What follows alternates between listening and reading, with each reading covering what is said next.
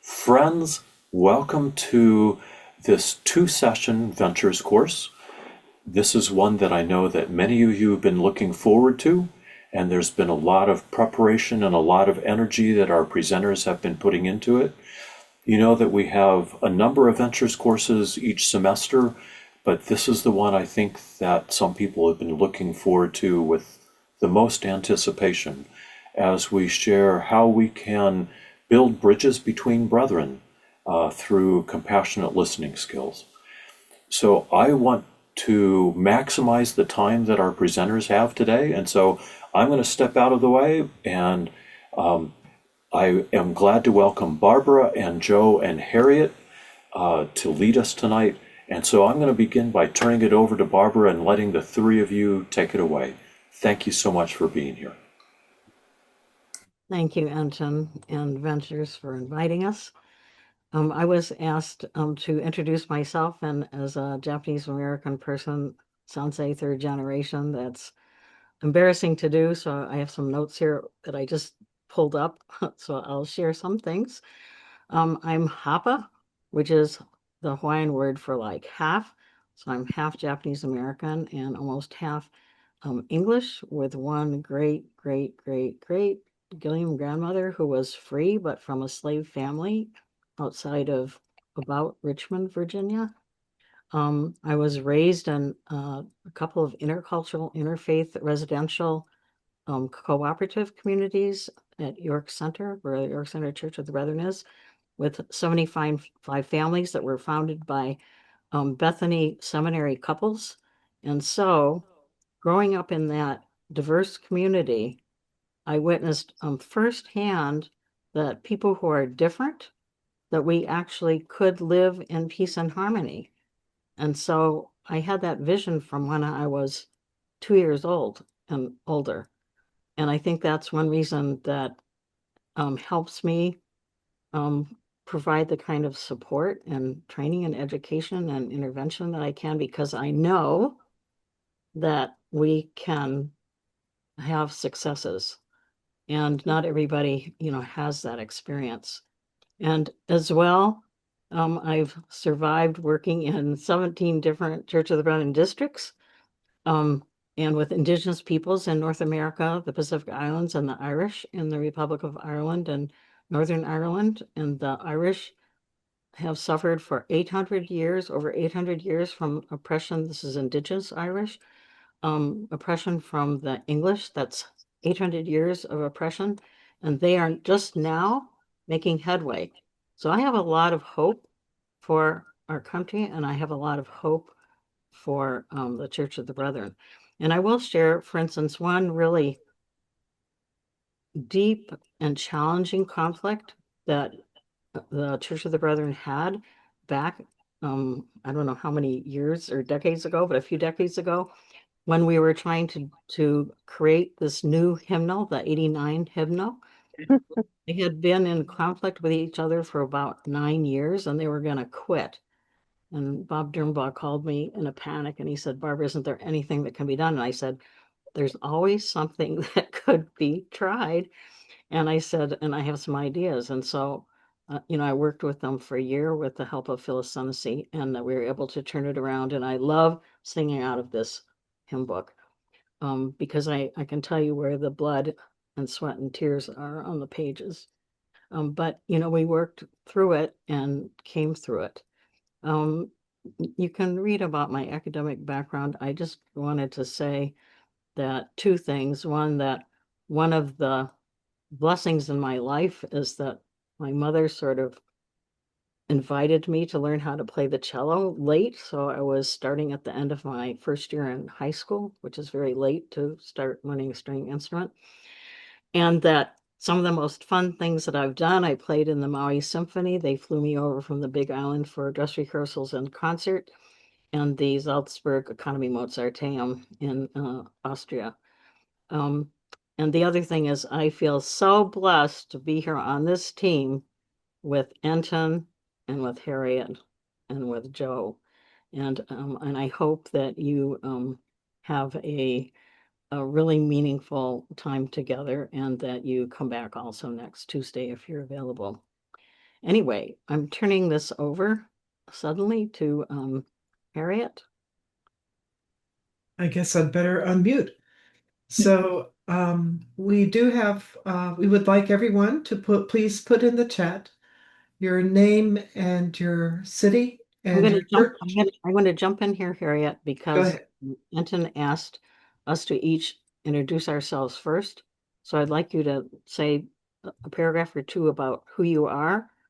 That not everybody has read our bio, so he wants us to share a little bit of. Well, my bio is significantly shorter church-wise, I believe, than yours.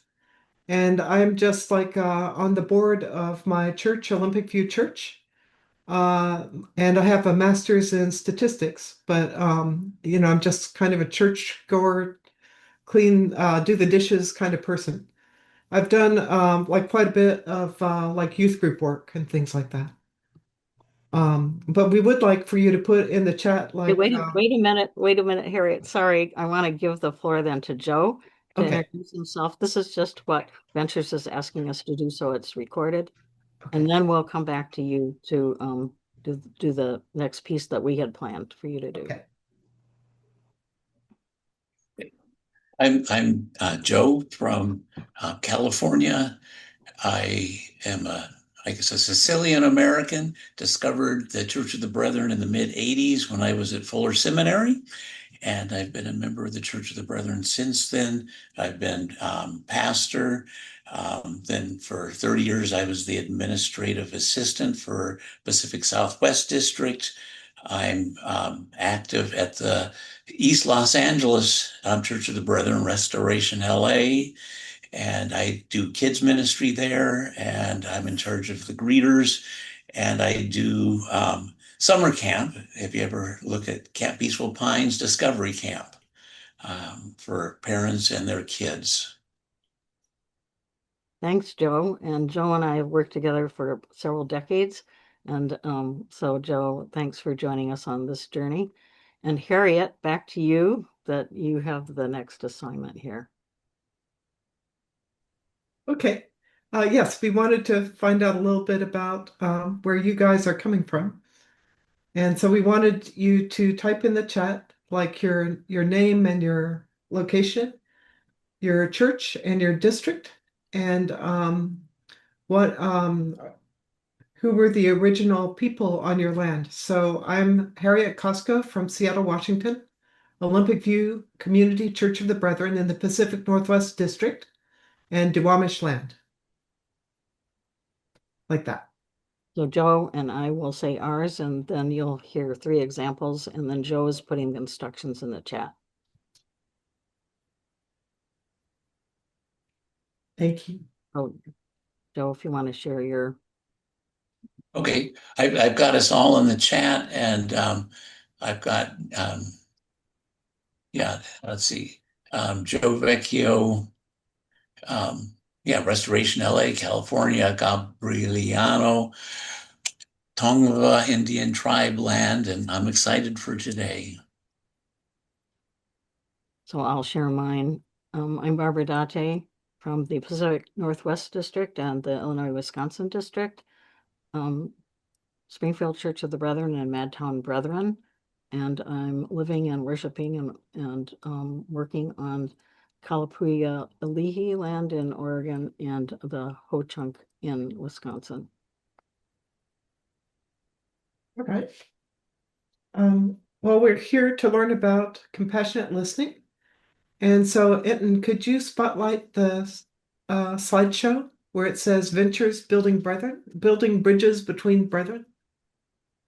So I will say we welcome brethren from east and west, northerly and southerly. We're from all across the denomination, joining us from all 4 directions, and we feel really, really blessed.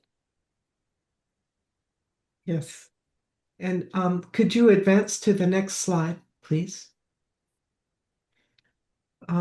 So this is kind of Barbara calls it the infamous oh no, I'm spacing on the name. It's not Manitoba. It's Winnipeg. Yeah, it is in Manitoba, you're right. Oh gosh, okay. I know more than I thought. Anyway, Barbara, much younger, working on how ways to communicate and how to get people to openly communicate and deeply listen to each other. So I'd like to open with a prayer. And so if you could go to the next slide. Yes, so I adapted some of this from Howard Thurman prayer. And here we go. It is enormous reassurance to us, O God, that despite all of our own limitations and weaknesses, despite all our doubts and transgressions, you are the sustainer of life, the holder of all creation, and the source of our very being. We offer you the things that we might become, all of the possibilities of our lives, the potentials not yet realized, and our failures also. Those times when something breaks down and we do not know what, or when something breaks down and we do know what. All that we might have been at a particular time and we're not. All of the sense of conscience that tortures us because we've not been in quality and in kind what we knew at the time we could have been in quality and kind. Beyond all of these expressions of ourselves, O God, we offer ourselves to you. Here we are now, God, just as we are, imperfect but yearning for your presence and steady hand to guide us through the paths of adversity to a place that is solid ground, a place of healing, where we can build a beloved community where everyone has a purpose and a presence, where everyone is known by name and cherished. In Jesus' name we pray. Amen. Amen. Thank you for that, Harriet. I think I'll yield to you. Yeah, I'm seeing a slide up there. Oh, so I was going to comment about it, but that's all right.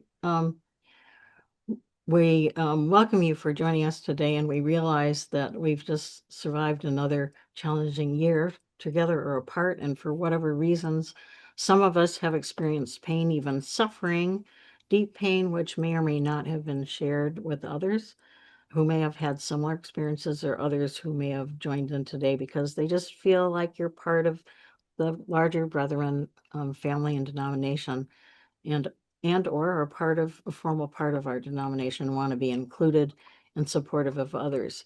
I'd like to go back, Anton, and have you share that little short clip of me sharing an example of deep compassionate listening using the skill that we're going to focus on. Coming right up, Barbara. Thank So you. here is an example of micro-paraphrasing.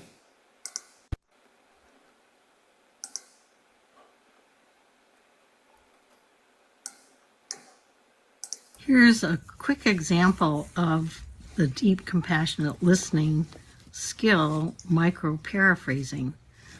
Several years ago, when I was teaching a workshop in the San Francisco area to parents and middle school age kids, on the way to the airport, I was invited by a couple to stop off at their home because they had some questions for me. And as I was sitting in a soft, cushy chair that was low to the ground, their 2-year-old daughter came up to me, Jenny, and she saw that I had a carry-on bag, something like this, with lots of zippers and pockets and everything.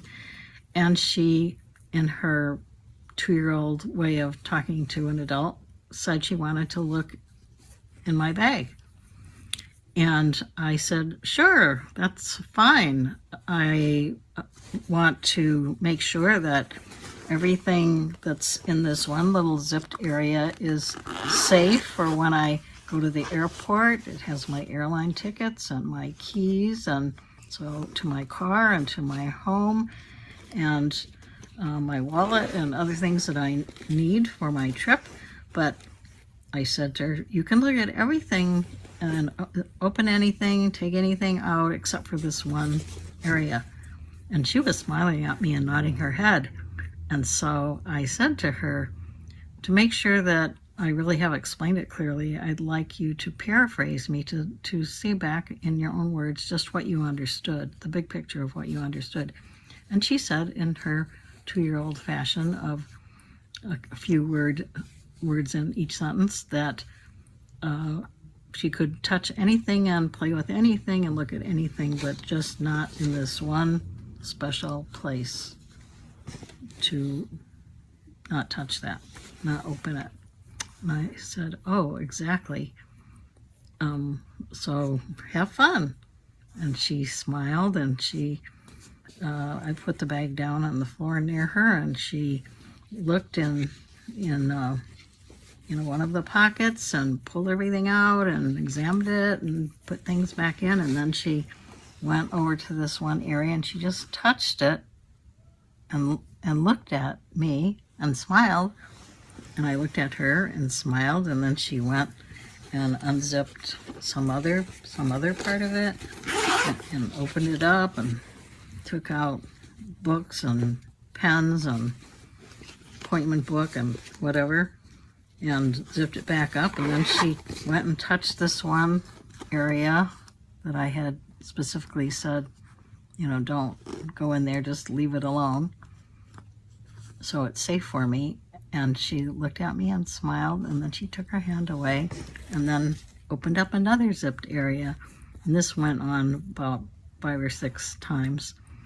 And while she was looking, her parents started a different conversation with me, saying that they observed that I had talked to her like a person and had used the word paraphrase, that I wanted her to paraphrase me. And they were curious as to why I had that conversation with her. And I explained, for a couple of different reasons, that she was perfectly able to understand me, and that I wanted to make sure that I was clear about my permission and expectations, because it would influence how I would respond to her if she didn't cooperate with my request.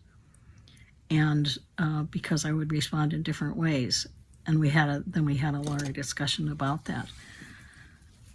Anyway, by the end of the time, she was happy, I was happy, and we lived happily ever after.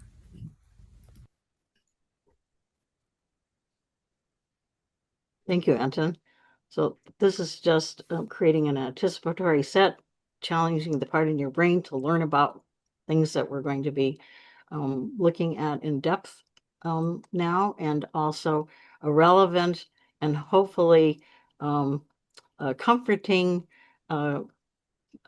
example, so that you will feel comfortable that this is a skill that we all can learn to use.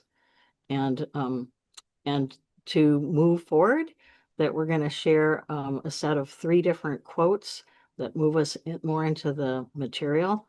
And Joe and Harriet and I will share each one of them, and I think we have them on a slide for you in order.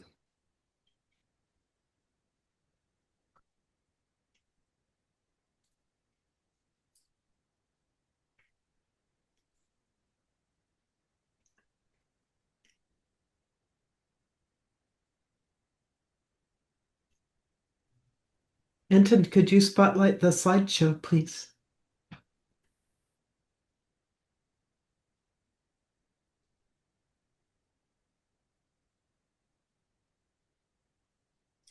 So Joe, you're up.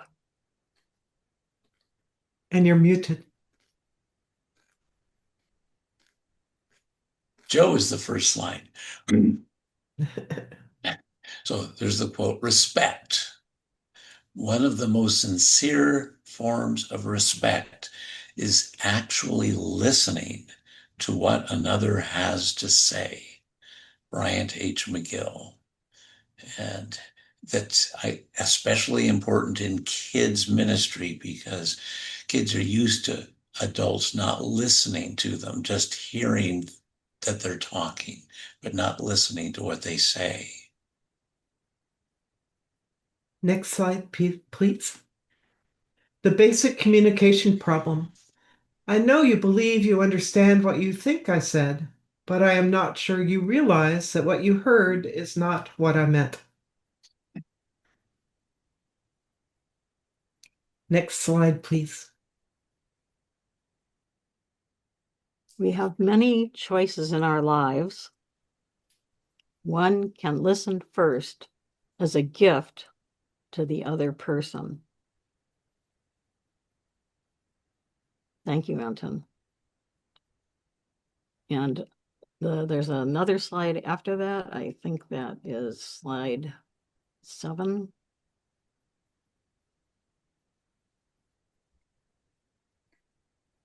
And to open that up.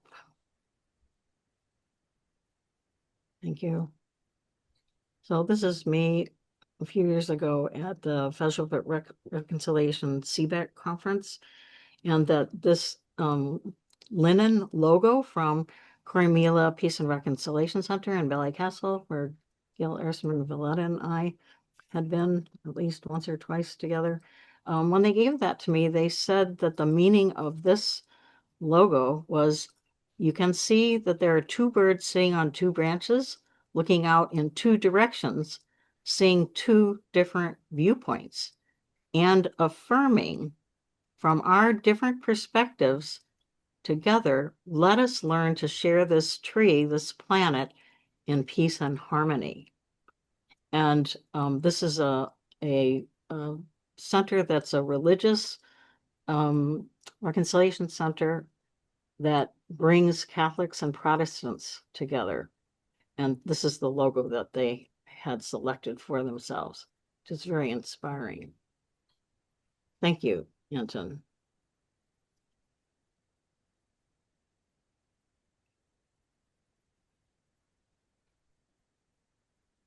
So this is a reminder to us that as we're listening deeply and compassionately to one another, we recognize that those sharing may feel vulnerable, sharing so personally.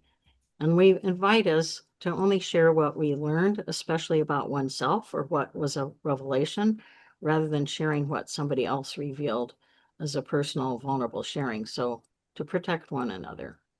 So for those who are using and have in front of you the Deep Compassion Listening Workbook, that's on page 3 for those of you who have that.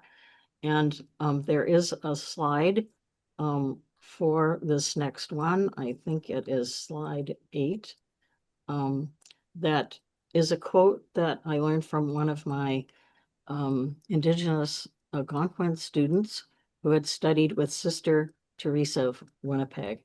And I'm going to read it, and then Harriet's going to read it again. So Sister Teresa of Winnipeg shared, pain that we humans experience most often comes from not seen, not heard, not trusted, not recognized, or not feeling safe and secure. In other words, feeling invisible. Harriet's going to underscore this by reading it a second time. Yes. Pain we humans experience most often comes from not feeling seen, not feeling heard, not being trusted, not being recognized, not feeling safe and secure.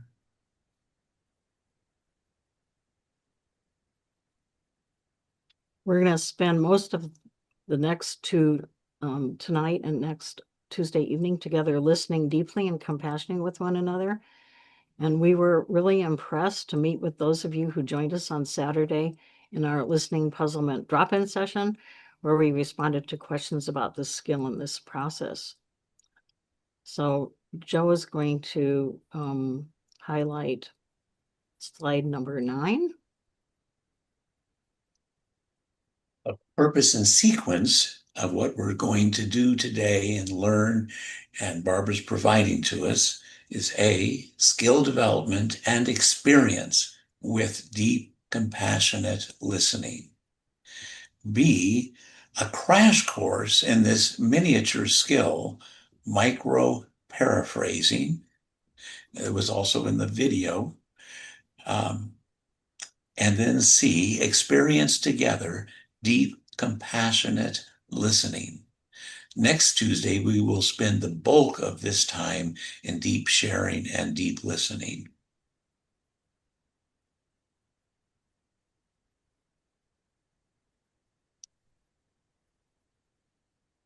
Next slide, please.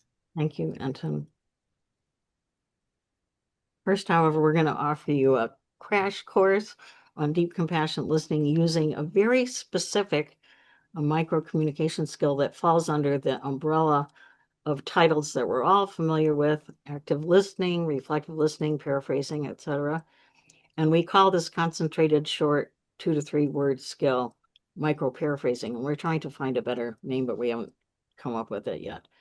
Anyway, the English term for to listen is very bland, to listen.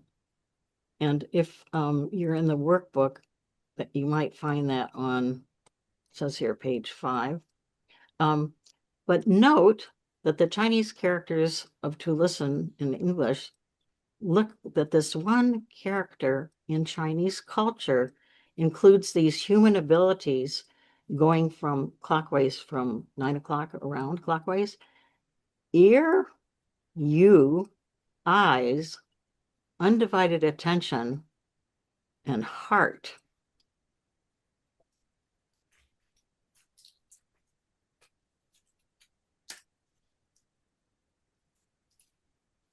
Ear, you, eyes, undivided attention, and heart.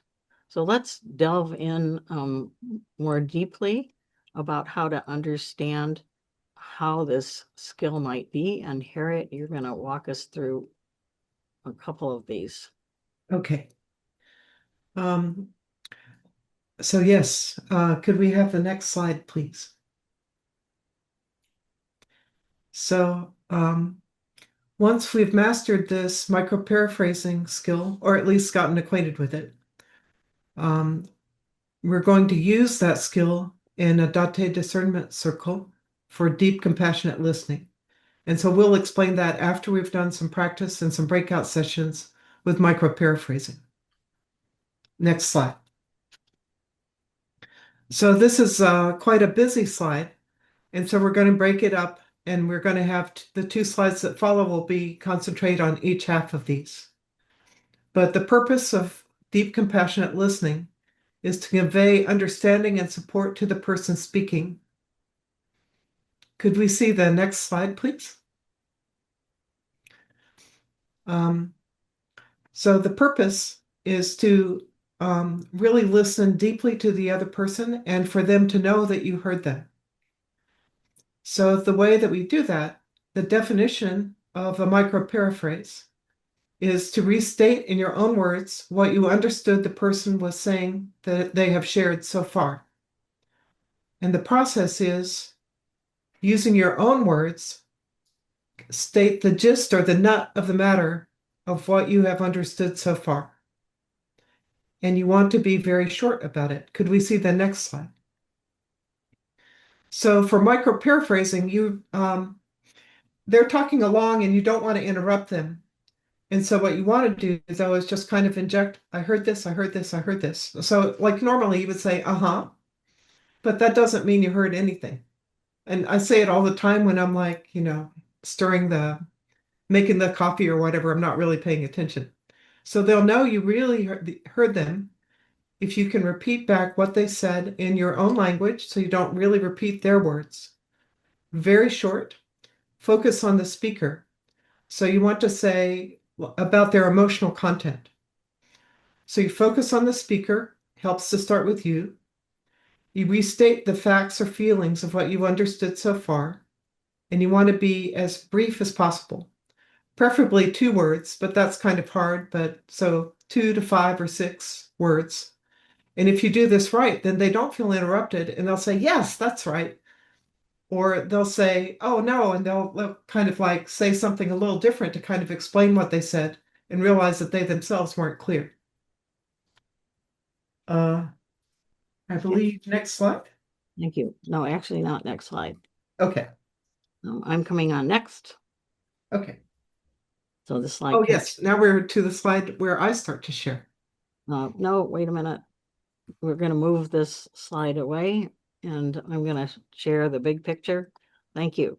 So this might sound really strange. While we are listening, focused on the speaker, it's like we're visualizing a slideshow, literally. picture the person sharing his or her their story. So one slide comes up and it's a picture, and you're going to describe what you see in this scene.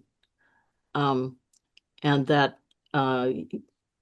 it's like they're sharing, several sentences in that. And that the person who is sharing the story, it's their slideshow, and they are the star of the slide of the story of the movie or the slideshow. They are the set designer and the costumer and the editor and the director and the every piece of how you would create a slideshow or a movie. They are the center of that, and they are the star of it. So it's their story, right?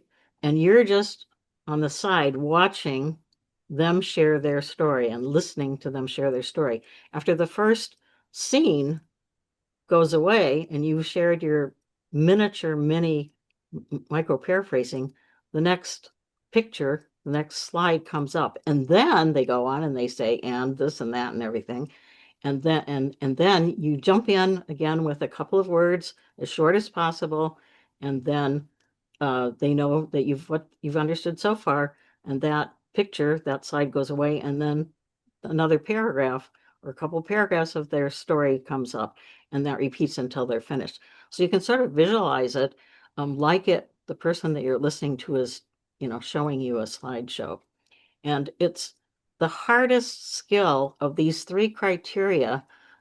It's hard to believe this, but the hardest of the three isn't the first and second one. It's the one to be as brief as possible. So actually, as long as you're focusing on the speaker and not reacting with your own emotions or your own ideas, and as long as you're capturing something, you can even capture the wrong facts, and they'll probably apologize and say, oh, I didn't mean to say that. And then they'll just go on with their story as long as they know you are being really attentive and focused, on them and only on them. You're not, as Harriet was saying, making your coffee or stirring the soup or whatever, and not really paying attention. So, Joe, I think you're up next. That we're open to hearing from some people about what we shared so far. If anyone has any burning questions or puzzlements. Okay. If anything didn't make sense or you want a refinement, this would be the time to ask, raise your hand, or just start speaking, and one of the presenters will have an answer. That's if you're totally lost, okay? And Steve, you may be lost because we have examples we're going to share with you next. Yes, Steve? I'm not lost. I just want to know, how could we get the workbook if we don't have it? It was sent as an attachment to everybody, so hopefully you got it. Okay. Yeah. It would be at the bottom of the emails that you received today from Enton, the very bottom of the email. So you have to scroll all the way down, all of his instructions and hot tips and everything. And I think it was also in previous emails that was sent out. So you should be able to find it somewhere. But thanks for pointing that out. Yes, you have it, and then we'll be using the same materials for Saturday and for next week. So thanks for saying that you don't have that in front of you. But Yeah. we created a lot of slides, so most of what we're sharing, we're going to be able to put on a slide because people learn differently. We're very aware of how different people are in terms of individual differences and learning styles and everything. So we're sharing things in all different ways so that nobody gets lost. So thanks, Steve. So we have a number Terry of. Lynn has her Carolyn's hand got her raised. hand up. Here I go. Could you clarify for me the difference between being reflective and the micro-phrasing? In my mediation training, I was taught to reflect back what people would say. Is this basically the same thing, or is there a little different nuance there? It's a big difference. So there's been a lot of training, like most of us in school or in the schoolyard or in classes or even in graduate school, or in mediation training, there's been a lot of training about reflective listening or active listening or whatever. And different people have taught it differently, but usually it's very generic and it's very big picture and it's very long. So it is actually different skills than what we're talking about, but it has a similar purpose. So the purpose of this micro paraphrasing is to focus on the speaker, to support the speaker, and to let the speaker know what you have understood so far. Literally, information about what. And we're going to share a number of examples and have you practice it before we invite you to share, more with one another about things you might feel deeply about. And that's why we're spending time to do this. And Joe, you want to add something? Yes, and it's so short, micro, so that it's in between the two slides that the speaker's sharing and it doesn't distract them. And it's so short that when I'm trying to use micro paraphrasing expertly, I'm actually trying to concentrate on being invisible so that the person who's sharing the story doesn't even realize that I have spoken anything, but what they feel in their heart is that, wow, Barbara really understands me and she's really paying attention and listening. And I feel so blessed and I feel like she cares about me, things like that. But it's so tiny that if you watched a videotape or listened to an audio tape of it, you would hardly see these. They would be going in so fast that they're almost invisible. So, Terry Lynn, thanks for mentioning that because there's even on schoolyards, children are being taught to being, miniature mediators and conflict resolvers and everything, and people are using terms that mean similar, but the technology of it is not very competent. And so this very specific skill is going to get you really far in your life. If any time you use it even once, it will make a difference to the person that you're, who's sharing with you, and they are going to feel like you actually care about them and that you actually understand them, which is different from just, as Harriet said, or just saying, or summarizing. So we all know how to summarize, and that's a very long list. Somebody tells you to go to the store and get milk and butter and lettuce and the whole list of things. They want to hear back what you're going to bring back. I'm going to get the milk. I'm going to get the butter. I'm going to get the lettuce, the whole thing, because they don't want you to forget anything. Summarizing is what most people are being taught to do, not this miniature micro paraphrasing. And you'll see the difference because we're going to show you a bunch of examples and that you get some practice together in breakout groups too. So I think where I am, Harriet, is on the page that has the Anton that has slide 15, 16, 17, and 18. I may be lost, but that's the page Yes. I'm on. So we You would want like me to share the slides and then Yes. share the content. We're going to walk through that. Hang on to your hats, everybody. Okay, can everybody see that? Yes. So, who would like to read the content? Yes, we're inviting, there's 4 slides and there's going to be 4 examples of somebody sharing something with a little bit of feeling. And we're going to ask for 4 different volunteers to read what's on the left, which is on page 12 in your workbook. This one is. So we're looking for 4 volunteers to, Joe, if you can keep your eye on anybody who's in the chat or raising their hands or in whatever way saying they're ready. We're looking for 4 volunteers. So the first, Linda and Pat. Linda first, then Pat. Okay, let's go with Linda. Okay. What's going on here? We've been very patient. We've made big efforts and it's still going from bad to worse. Now it's high stakes. Why isn't this resolved already? It's like all our efforts have not had any impact at all. Okay. So we're going to look at one example of a good or maybe excellent micro paraphrase, and then we're going to analyze it. Okay. So we need a volunteer to read some of these, or are you doing that? Oh, sure, I'll do that. You're disgusted. Okay, so remember the 3 criteria. What are they? Focus on the speaker, fact or feeling, something about content, and third as short as possible. Okay. So, do we have these marked? I can't remember. You can see that the focus on the Oh, speaker. yes. We can do this. Focus on the speaker. So you, your, and I thought we had these marked, but I'm not, yeah, great. And disgusted is the core information. And how many words is that? 2. So it meets all 3 criteria, right? Yeah, Linda, you're seeing that. So let's listen to a different kind of micro-paraphrasing for that same paragraph that blasted out, okay? Number 2. You can't understand why it's taking so long. Okay, so the 3 criteria, does it focus on the speaker? Yes. Yes. Does it have some kind of content that's at least the big picture umbrella of what was shared? Taking so long, you can't understand. There's a couple of pieces in there. And how many words is it? 8 words. So that 8 words still passes, but it's better if you can make it shorter, even if you just said you can't understand or you think it's taking so long, rather than the 8 words. But some people and a lot of brethren are very focused on details.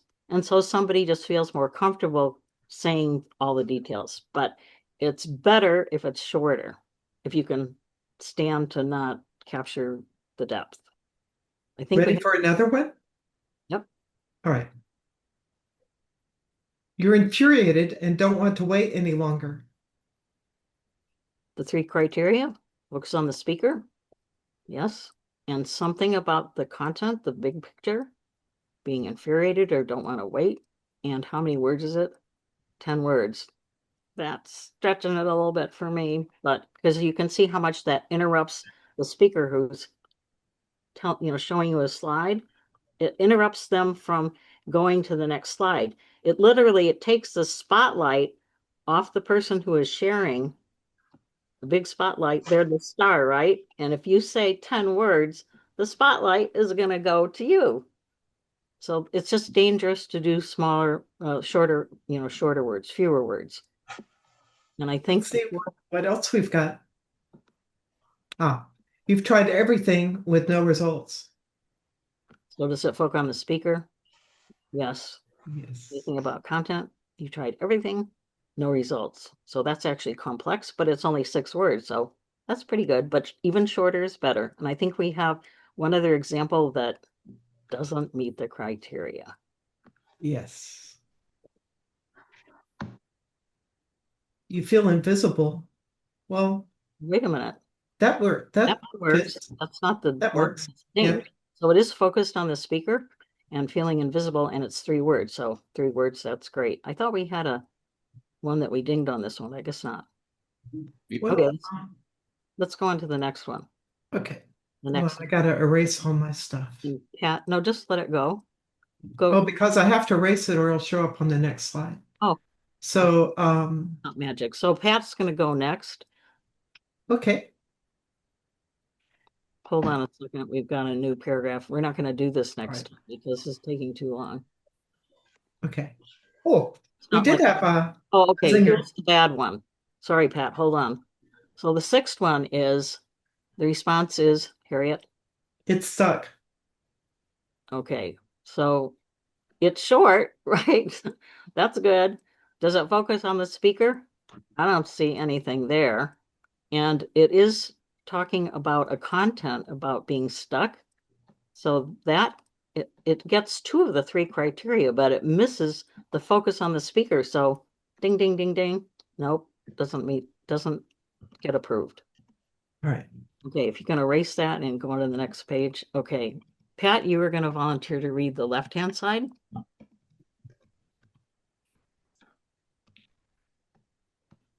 Pat, you're still muted. Sorry.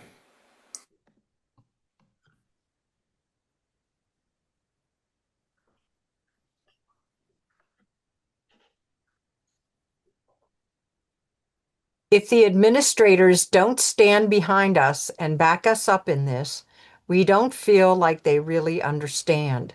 We don't feel like they are really a supportive ally to us.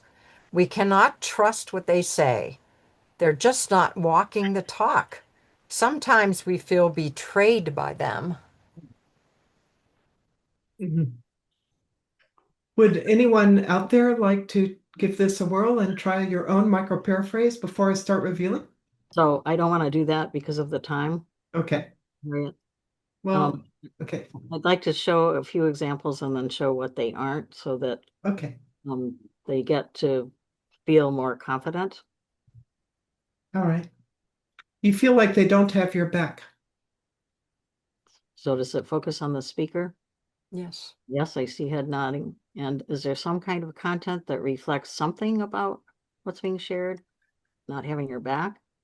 And how many words is it? We counted it for you. It's 8. 8. It's a little bit long. Next one. You doubt their sincerity. So you can see it focuses on the speaker. There is some content there and it's 4 words. So that's actually better because it's shorter, but you can see how they're similar but different. And that's why there's a huge range for what is acceptable for a micro paraphrase. And I hope this gives you a lot of confidence when we move into your practicing it. You doubt their commitment. So you can see these are all starting with you, focusing on the speaker, and some content, and that it's short, 4 words. I think the next one is a ding. Nope, it's You're painfully aware that they are not with us. Oops, I clicked too soon. So here's one that doesn't work. okay. Number If you're 5, the administrator listening and you reacted to this, right? 5. I don't trust you either, because you might just say that, blurted out. You didn't mean to say it. You're trying to repeat what they said. So it doesn't focus on the speaker. Can you see that? Because it says, I don't trust you either. It is short, so that's positive. But it doesn't have the same content that the person is saying because it's reversing the trust. So it fails in 2 ways. So we have 2 other ones. I think I want to do both of those and just do them quickly. Oh, sorry. Okay, Okay. You want 2 more readers, volunteers? Yeah. Anybody? Pauline? Somebody else? It's all your fault. And it's people like you who cause these conflicts. People like you should go back to where you came from. That's especially painful right now. You're exasperated. You can see how focused on the person it is, and it's only 2 words. You 2, think we've ruined life for you. focus on the speaker, some kind of content, and 7 words. You seem aggravated. So focus on the speaker, content, and 3 words. You blame us, or you blame me. So you can see the same pattern in 4 words. And I think we have one that's a ding. I just can't accept blame for what other people caused. So you can see it's not focused on the speaker and it's defensive. And we don't have the number of words, so it's very long. 1, 2, 3, 4, 5, 6, 7, 8, 9. Way too long. Okay, thanks. And the last one that we have that we wanted to share today. Oh, we have another example. That's fine. You can skip it. Okay. We didn't get a volunteer for this. Looking for a volunteer? I think Steve. Joe had his hand up. Oh, go ahead, Joe. Who has their hand up? Steve raised a hand, Steve, but okay. he's muted. Oh, Steve, you're muted. I just can't believe it. It hardly seems possible that this kind of nasty conflict could happen among conscientious brethren like us. One would hope that at least we could get along with each other, even if the rest of the world cannot. Micro-paraphrase. You expect more of each of us. You can see the reflection on the person who spoke and some content, and it's 7 words. You think serious folks like us should act respectfully towards one another. It sounds different, but it reflects, but it's 9 words, so that's really too long, but it still passes. You're incredulous. You No, can- this is a synonym for can't believe it. It's better to use not the exact same words. yes, avoid parroting. I'm not one of those. Or, hey, I have an idea. Or, you're wrong. So those are all reactions, but none of them are focused on the speaker. And they're all short, but the content is often it's not focused on the speaker.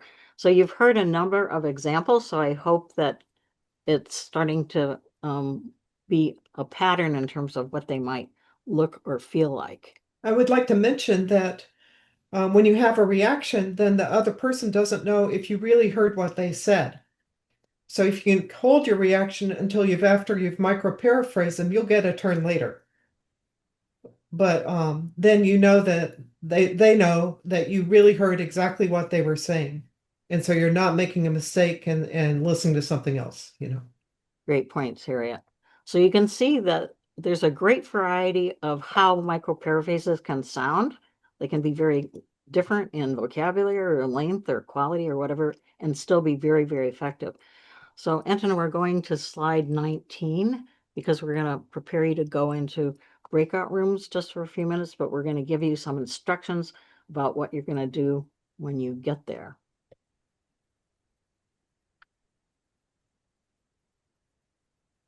So when you're in the breakout room, there are going to be 3 roles. You'll be there with 3 people, and that one person will be the special listener who will be trying to offer up, these micro paraphrases. One person will be the speaker, and one person will be the scribe. And the person who is speaking will share about 3 paragraphs, maybe, and try to include like at least 3 sentences, like the examples that we gave, like 3 sentences before you pause, and then wait, make it easy for your special listener to share that. The person who is the scribe is going to write down verbatim, word for word, what the special listener had said. And these are examples. You're frustrated, you're paralyzed and anxious, you feel lost and also excited. So you can, if you have something to write on, you can jot it down. If not, all of you 3 can try to remember. Trying to get it verbatim is going to really help. When you're in your breakout rooms, we don't want to spend much time having you decide who's going to go next. So we're just suggesting that if you go by alphabetical order of first names, so if the person's name is Anna, she'll be the listener. Somebody with Betty would be the speaker, and then scribe would be Carl. You can say ABC, and then it will rotate around and do it in alphabetical order. That's just a suggestion. We just don't want you to waste any time trying to figure out who's going to do what.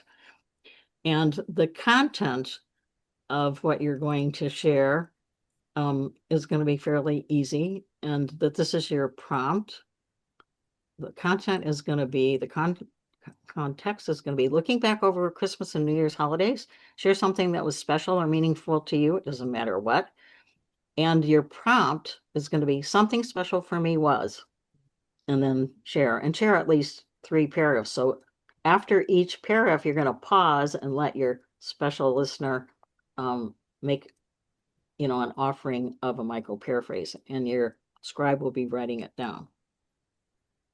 I think that might be enough. We do have a slide 23, which is once the speaker shares the 3 paragraphs and that the special listener has practiced offering up a micro paraphrase, this is how you'll debrief, and that is that the special listener should lead the analysis because they're the one who's vulnerable, because they're the ones that's practicing the skill, right? And so the scribe can read verbatim the first micro paraphrase and then let the listener have a reaction to make a comment about the 3 criteria. And then the other 2 can help fill in. But try to respect and include the listener who's practicing, who is vulnerable, to take the lead in that. Okay, so we're going to put you in breakout rooms. I'm not jumping ahead of myself here. Is that slide 24? I can't see. Oh, yeah, okay, here's the breakout room slide. So return as soon as you're finished, but you might get up to 15 minutes. And that, Anton, I think you're giving them 60 seconds warning, and there'll be a countdown or something like that they can see. I'll try to make sure that I put a little text message so not to interrupt you, but it'll flash across the top of your screens. That will help you know when to rotate every 5 minutes, and that will help keep you on pace. I just want to make sure, does anyone have any questions before we jump into breakout rooms? Make sure that you all know what you're supposed to be doing. Everybody's good? So I've got, Yeah. go ahead, Barbara. I'm going to say 2 quick things before you go in. Is this dependent upon my having printed a copy of that book? Nope. No. Okay. There's a tiny summary at the end of the chat that you can get anytime. So some people like to have something in their hot little hands, and so they may have printed it out or looking at it on the screen, but some people don't care. Some people didn't know that there were these handouts, but they are available for you after today, or, during the break you can find them. But no, it doesn't require, that's why we actually made all these extra slides so that you have visual information if you need it. I was just going to say a couple things in addition to what Harriet mentioned about try to avoid parroting. So try to avoid using the exact same word. If the person says, oh, I'm so frustrated, blah, blah, blah, and then you say, oh, you're so frustrated. They might say, I just said that, rather than some other vocabulary word that would indicate, frustration. So, I try to study vocabulary words off and on to improve my micro-paraphrasing. And the other thing is, and on Saturday, one of you asked this question, well, what about saying, it's polite if I say, what I hear you saying is you're frustrated, or it sounds like you're frustrated. And while some people are taught to do that, like in a course, or some people are very sensitive about not encroaching on other people's feelings or whatever, so then they feel more safe to say, well, what I hear you saying is, and then they gently, offer whatever they're viewing.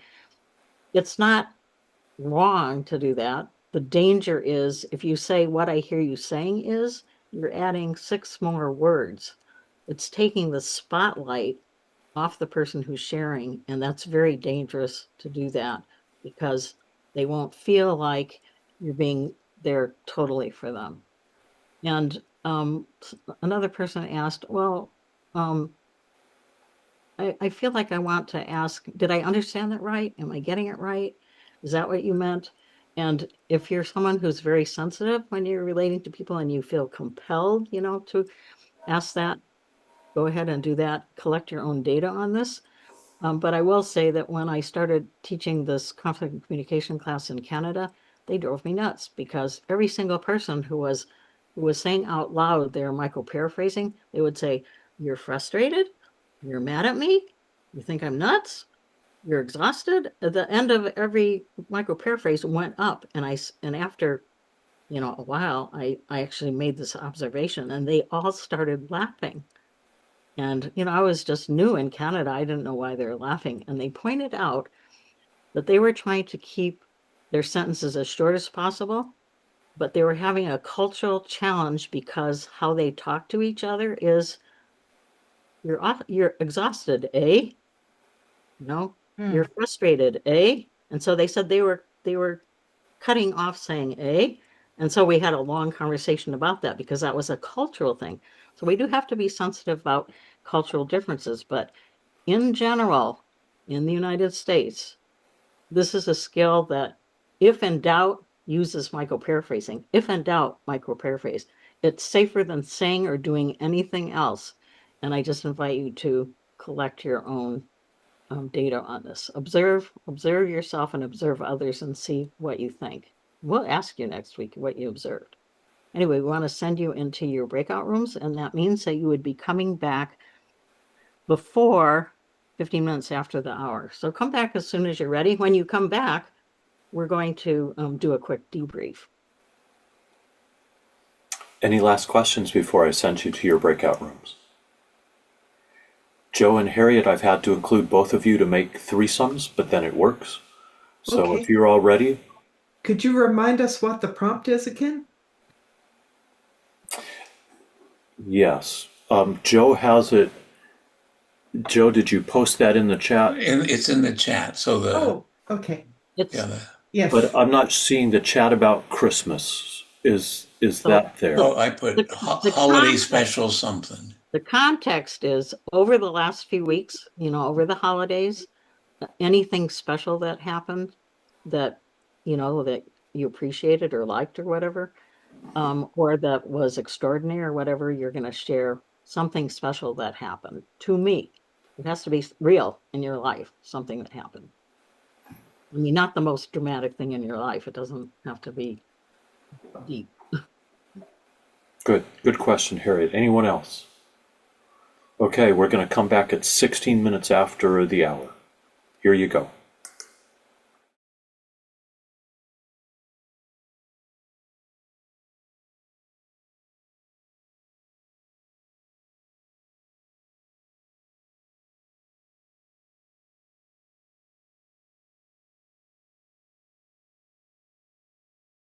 Now you're flooding back. How do we get out of that?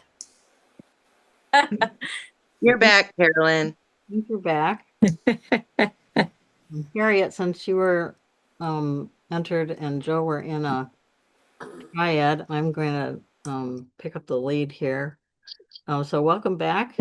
And if you have any serious or even small puzzlements or questions, we're inviting you to put them in the chat because we're going to read them and also help us prepare for Saturday's drop-in session and next Tuesday.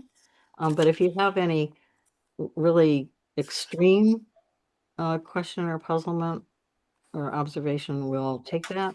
But we're wanting to use the rest of the time in the sort of more intensive, focused sharing in the adapted version of the Daté Discernment Circle. How long is this supposed to go? I don't see anybody falling into the pit, so please enter anything into the chat, a question or an observation, because we do want to follow up with some of the things that you're wondering about. I'm seeing here that slide number 25, Anton, I don't know if I'm got that number correct. Would you like me to spotlight that, Barbara? Yes, I think that. And I see there's a couple things in the chat to respond to. Okay.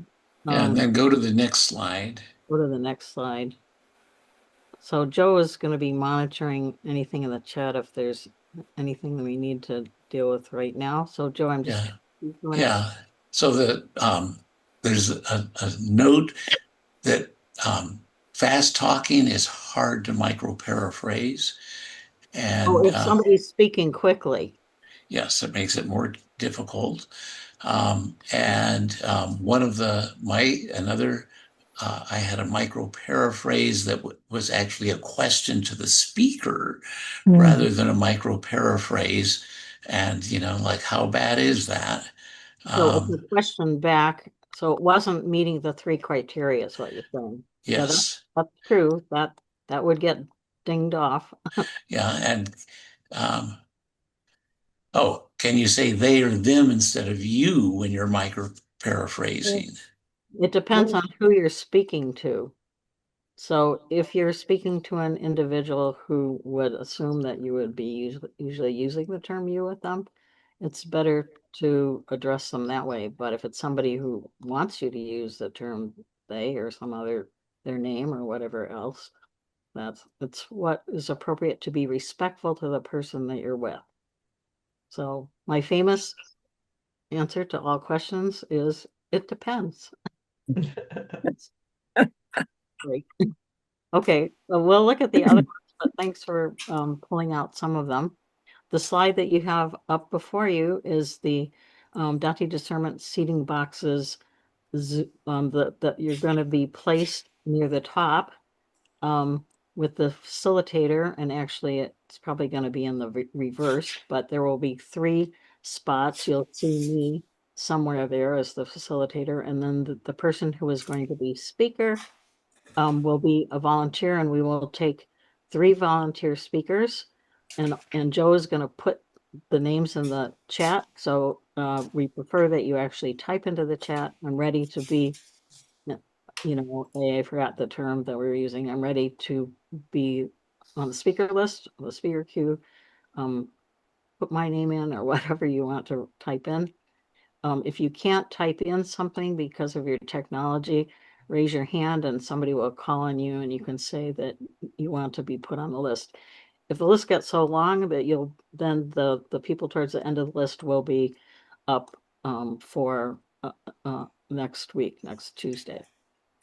And then the special listener is going to always be invited by the person who is going to be speaking next. So the first speaker will be inviting someone by name. So somebody will say, Joe, I want you to be my speaker, please. Thank you. Or the second choice is, and actually I think we have a slide for that. The second choice is that we want somebody from a group. Next slide, Anton.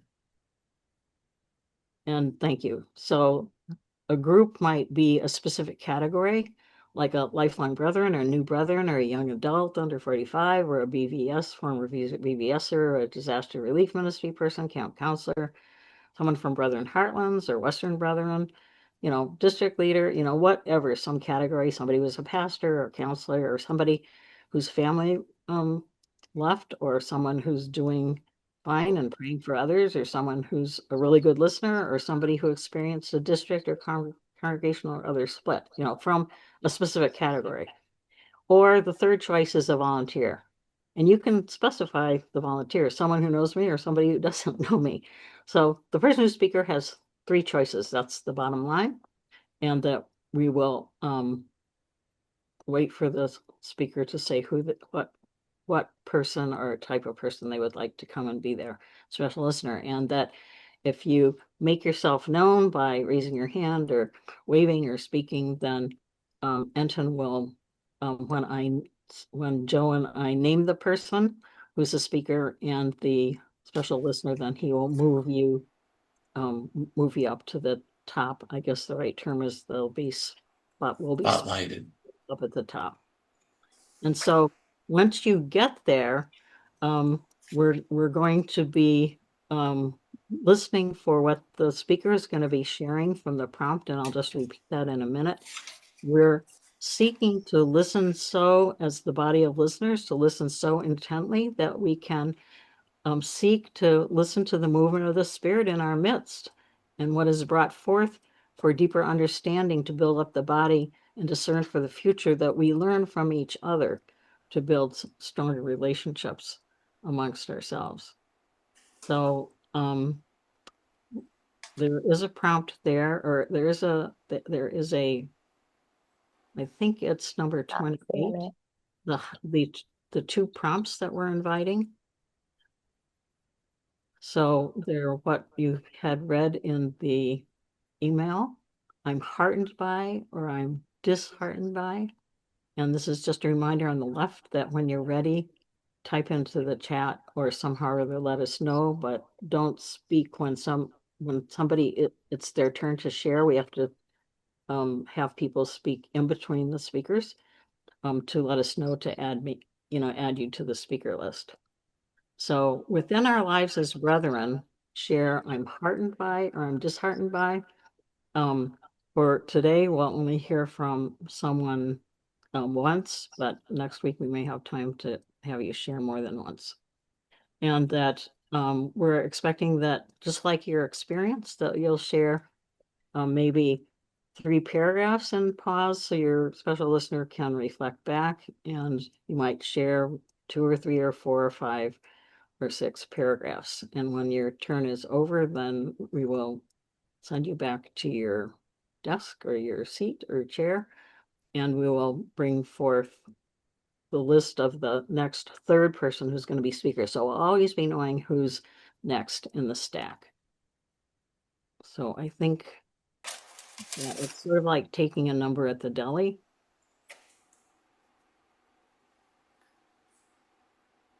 And I'm checking with Joe to see, is there anyone that? Yeah, so I have 3 people who've volunteered to be a speaker, and 1 person willing to do anything, but they have to say if they want to be a speaker. Right. So So the 2 prompts are up there, but let's remove this particular slide. I'm heartened by, or I'm disheartened by, we have 3 speakers, and I want to be able to see speaker 1, speaker 2, speaker 3, and their name. Okay, I'll put those in the bottom of the chat. Pat was the first volunteer. Okay, Pat. And so, Pat, I'm speaking to you right now. If you can tell me, of the 3 choices, which of the 3 choices would you like for your special listener? By a person by name, you name the person who it is, or by category or by group, or a volunteer. And then when you decide, then both of you will be brought up and pinned to the top bar so everybody can see you. It can be a volunteer. Okay, so we're looking for a volunteer for Pat, and granted, this is the first experience in this model, so you might be feeling anxious, but we invite someone to be brave. But Barbara, before we do this first listening, do we need to stop for our break? Oh, yes, thank you for reminding me. It's exactly at this point we want to do it before the person starts. So we're going to take a 5-minute break, and I think we have some 5 minutes of music approximately they'll be playing. So come back at the end of the music in 5 minutes. Yes, and you can add your names to the chat anytime. Right, because we'll take a list and we'll work down the list. So Pat, you're available, and we're looking for a volunteer. So I'm looking for a volunteer to speak up before everybody leaves on the break. I don't see anybody waving or raising. Well, Colleen and I both said we'd be happy to help. However, John Hoffman said I can be a speaker. I'm looking at the chat. Okay. I- So this- take note of that. Yes, I see. So if you want to be anything, I'm not putting you as a speaker unless you say, I want to be a speaker. Right, exactly. Thank you very much. But it means that they're So Linda could be a volunteer. They're offering themselves up as a free volunteer anytime anyone wants to take them. And Okay. that's Linda, and who's the other person? Colleen. Colleen and John. And John said speaker specifically. Speaker. Okay, so he'll be on the speaker list. So do we have a volunteer for Pat? That's what I'm still trying to get, so everybody can go on break. Well, Colleen was after Pat. So Colleen, I guess you're up to bat next, or with her or something. Linda, hold on. Lisa in the chat said, I will try to listen. Okay, Lisa, we've got a listener for Pat. Great. Take your break and come back, and Pat and Lisa and I will be at the top of the bar when you come back. Okay. Right. Please get up and stretch and then come back on time. I'll put a timer on the screen so you know when to come back. Oh, perfect. That's great. I love it.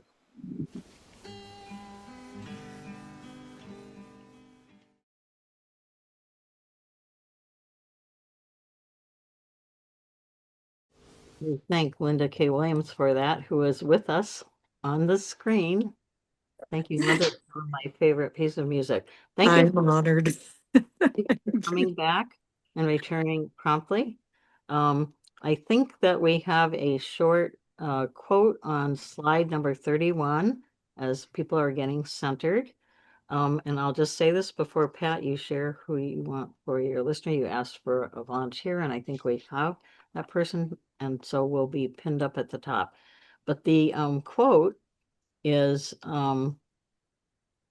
Roger Fisher's quote: "Even when we don't see eye to eye, we can walk arm in arm. Even when we don't see eye to eye, we can walk arm in arm." Thank you, Anton, for that. Mhm.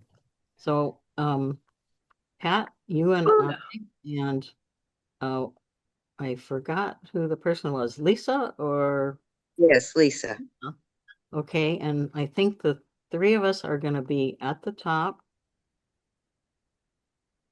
and that the prompts are you're heartened by or disheartened by. Pat, you may share whatever you want. It would be very helpful if you share about 3 sentences and then pause so that Lisa has a chance to reflect back with the micro paraphrase. And I'm going to be jumping in verbally and non-verbally coaching both of you. So you can see me and I can see the two of you. And Lisa, thanks for volunteering. So Pat, you have the floor, and other people should have their mics off, the audio off, because nobody should speak except for the three of us until there's between the different speakers. So Pat? Well, I'm really heartened by the steps that the Church of the Brethren is taking towards finding pathways to understanding and unity. I think classes like the one we're having now is going to be extremely beneficial, and I'm hoping for more.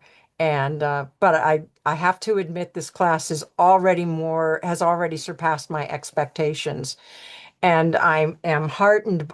I'm gonna stop you there. Okay. Lisa, reflect back. Yeah. You are grateful for helpful brethren resources.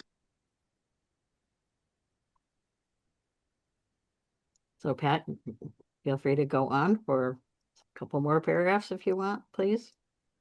Yes, I would like to find a way to spread the word about this class to more people because I think it would help us all get together and maybe come to a more mutual understanding of all of our issues, uh, that we could come to an agreement and move on and grow.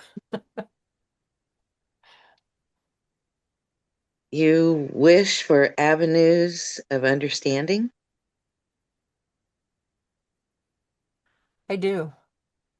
I hope that Church of the Brethren continues to offer classes and tools and training to help us all get to know each other and understand each other and go on to do great things together for the benefit of all.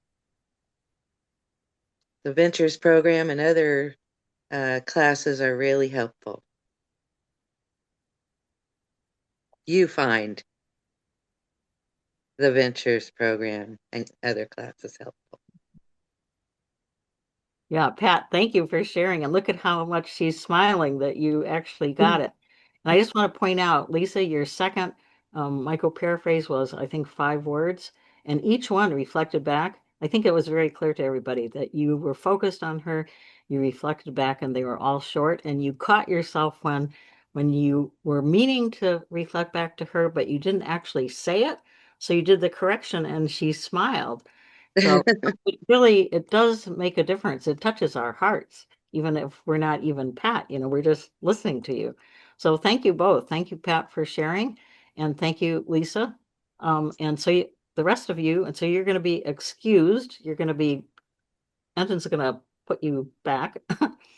And we're looking for speaker number 2. And Joe, I'm going to ask you who is speaker number 2. It looks like it is John. Is that right? John Hoffman? And while we're checking with you, John, who you would like for your special listener, you can ask for person by name or volunteer. And while you're thinking about that, I'm just going to say that you can see this was an excellent first example for you to get a feel for how this might go. So Johnny will be moved up to the top row once we hear who you would like for your special listener by name or by group, category, or a volunteer. Let's go with Kendra Flory. So I'm not sure if Kendra is actually with us or she's just, oh yeah, you are. Hey, Kendra. So that, Kendra, I think you're fair. It's fair for him to ask you. So, Anton, you're gonna spotlight them up on the top. Yeah, and John, I don't know if it's because you don't have your camera on, but I can't spotlight you until you do. Oh, there you are, John. That makes Tried it to hide for a minute. Hi, John. Hello. Okay, so you have the floor, John, to share 3 or 4 sentences for your first paragraph, and then Kendra is gonna use a micro paraphrase to reflect back. As a Church of Brother member, many of us don't always know about what the administration or the higher ups are up to, but becoming part of the MMB, I was heartened that the group of 16, 20 of us really felt like we were doing everything we could to communicate to the churches in a way that would give them confidence that we were trying to do things within the Church of Brother that we do. That's a good place to start. Mm-hmm. Your feel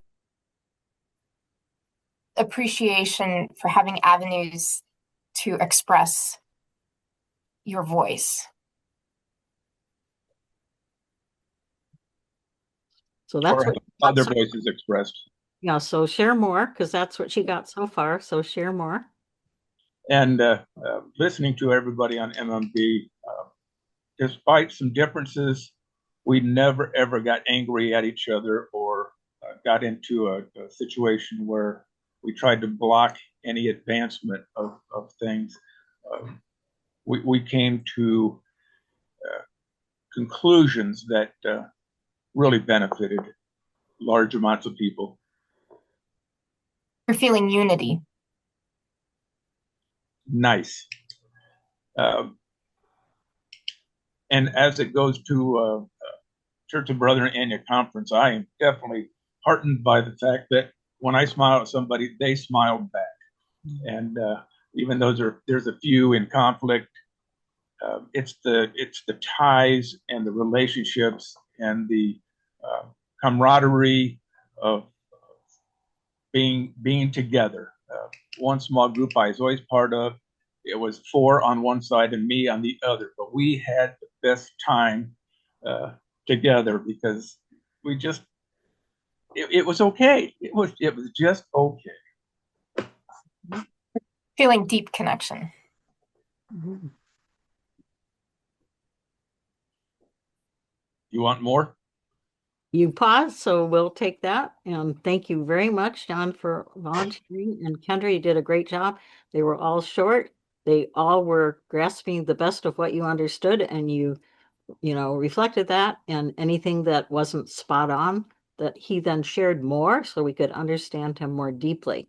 And that's the value of micro-paraphrasing, and that we don't need to worry so much about the accuracy of the synonyms because the person sharing is the expert on their story.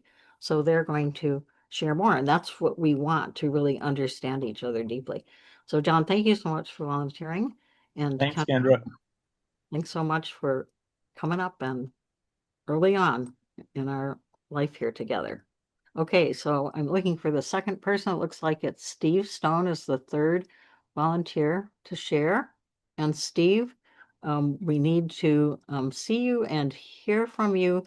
Who would you like for your special listener, by name, by group, or a volunteer? Bruce Rosenberg. Okay, so Anton's going to grab both Steve and Bruce and pin us up at the top. I need to ask to be excused, please. Oh, yes, Bruce, that is fine. And I know it's very late where you are. So I'm sure, Steve, you can select somebody else. Well, John's a friend of mine. John Hoffman. I know he just spoke, but he's a friend of mine. If he's Yeah. So John, you're being called to be a special listener. Thank you. So Steve, try to share maybe about 3 or 4 sentences and pause, and then John will offer up a. As a member of the Church of the Brethren who teaches that to wage war is to sin, I'm disheartened by the number of people in Venezuela who have been killed, by the number of immigrants who fear deportation, by the fear of military action in Iran. You feel like those of oppression are in great fear from their political ties. I fear also from other places that it sounds like we could become militarily involved. I fear for our desire to wrest Greenland. Am fearful. I hear about rumblings about uh, Colombia and Mexico and North or some other areas where we could become militarily engaged. You're disheartened by our political environment attempting to overtake other locations. Yes. I'm done. Thank you, You Steve. feel like you're done. So Steve, you shared very deeply. Thank you so much. And John for being his special listener. And looking at the list, the next person up is Colleen Michael. And Colleen, that we need to hear from you, who you'd like for your special listener by name, volunteer, or name by a small category, group or category, or volunteer. From Carolyn Schrock. Okay, Carolyn, you're being called to be her special listener, and Anton will pull you up to the top of the bar. Thanks, Carolyn.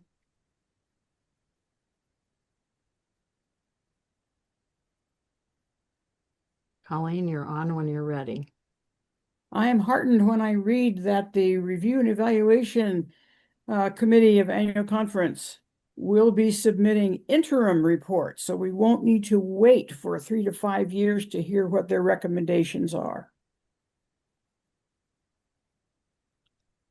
So it'd help if you add one more sentence, because you only said one sentence. It's very hard to reflect back only one sentence.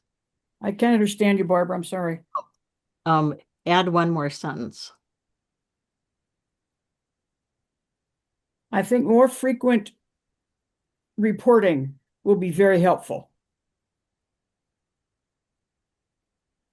You are glad that there will be more frequent reports from whoever.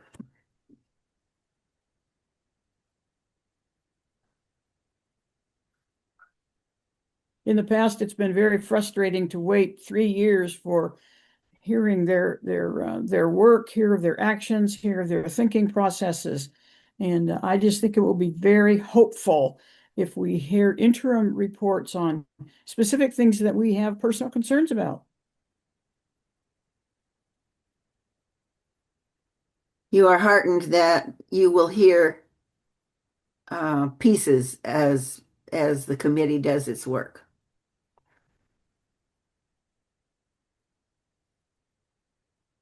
Thank you. Okay, Colleen, that was very heartfelt. And Carolyn, you did a great job of reflecting back. Legal, actual micro-paraphrases. Thank you so much. And Anton will remove you, and I'm trying to look at the list here. It looks like, if I'm reading it right, that Carolyn Schrock is number 4. Is that correct, Joe? I didn't volunteer. Is there another? Yeah, no, number There's 4 no- was Khalid. So there's no you number. have no more volunteers Oh, lined up. You okay. did have a question comment, that I think it's anachronisms Okay, aren't helpful. No, I don't. Yes, I'm going to respond to that, but I don't want to take any questions in between this time. But I Okay, will. you don't have any more speaker volunteers. Yes. So I'm going to weave in inviting people to who are ready to be speakers, and probably I should have spoken up that sooner Yeah. to invite people to keep letting us know either now to wave and speak up, or Yeah. raise your hand. And you have 12 more minutes. And yeah, thank you. I'm monitoring that. And so I'm looking for a couple of more people to volunteer to share today. And while you're thinking or entering in the chat, or literally, you can. I see Linda has her hand up. We Linda have Williams. Linda Williams is one person, and I'm looking for one other person because I'm sure we can do at least two more. I'd like to have a third person as well, but at least two. So as another person is thinking about, Linda, think about who you would like for your special listener. That yes, if we are referring to somebody within the Church of the Brethren, it's helpful to actually say what it is so that nobody feels lost. Good point. So that's a request to remind us in the future. So Linda, you have a special listener in mind? I wonder, Terry Lynn, if you would be excited to do that? Yeah, Terry Lynn, we're going to just call people by name, and we will assume, unless they are struggling with something, that you'll be able to. I'll give it a try. I'm here for you, Terry Lynn. I will. It's a good thing, Barbara. I'll feed you words, even if necessary. The grace flows. We're all friends here. Okay, I have been heartened by the fact that several of our districts have gotten together to address the crucial needs of people traumatized and families torn apart by ICE. And the fact that we have the deportation defense response, the funds that we have, the online supporting each other, that has been very encouraging to me. And I have found that networking to be very heartening. You are grateful and excited that the DDR has played such an important, that's too many words. You're excited about the DDR and what the denomination is doing. That's great. And thank you, sister. And I am disheartened when I hear people sharing that when they go to some districts or some churches, that if people do not personally know someone who is impacted, that this is not a need that they are resonating with. That just. You find it painful that so many are disconnected from what's happening. And if I might heighten what you said, which was very true, that when people in the Church of the Brethren are feeling disconnected from the pain that others are experiencing. You are especially disheartened by the members of the denomination that are disconnected from immigration issues. Yes. And I feel heartened by the fact that our district, Pacific Southwest, is one of the districts that is very actively doing this, and that we are now called the San Diego Peace Church, AKA San Diego First Church of the Brethren, and that we do have an asylum seeker ministry. And we had Friday night, we had a Friday night peace venue where our church was represented, the American Friends Service Committee border project was represented.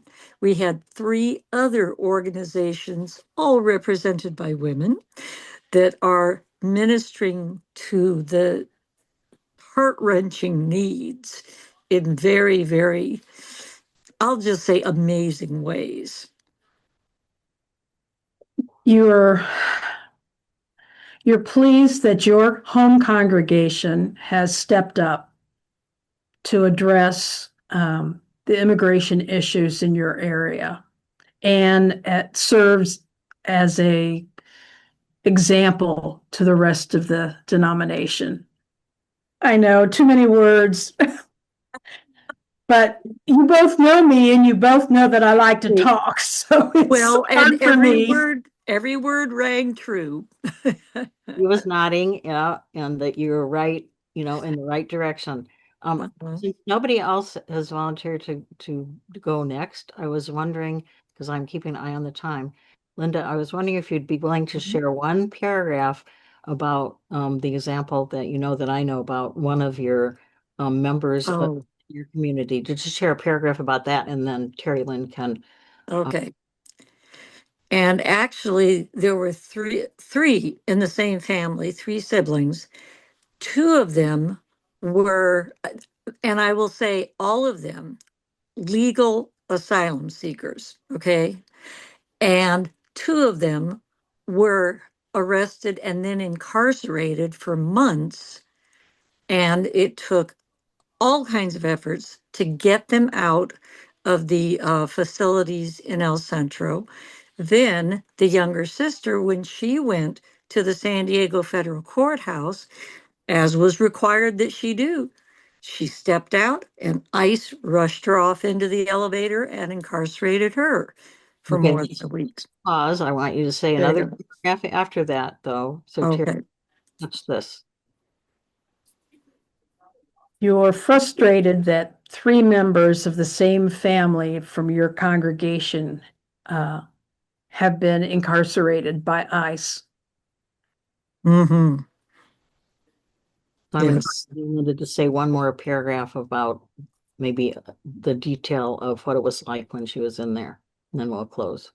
Okay. And when the younger sister was incarcerated, she was additionally traumatized by the treatment that she got when she was in there, including the fact that it was so, shall I just say, the procedures were so invasive that she said, please just set up a Zoom visit. I can't go through the requirements for the in-person again. Was that what you were looking for, Barbara? So Terry Lynn, big picture.